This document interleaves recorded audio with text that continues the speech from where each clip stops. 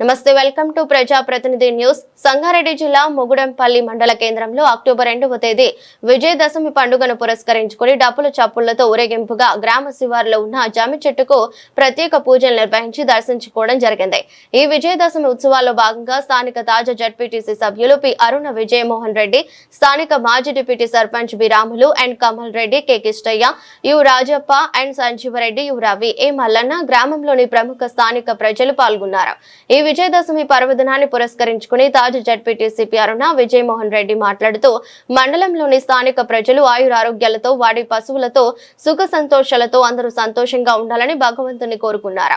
అనంతరం మండలంలోని స్థానిక ప్రజలకు, ఇతర గ్రామాల ప్రజలకు విజయదశమి శుభాకాంక్షలు తెలియజేశారు.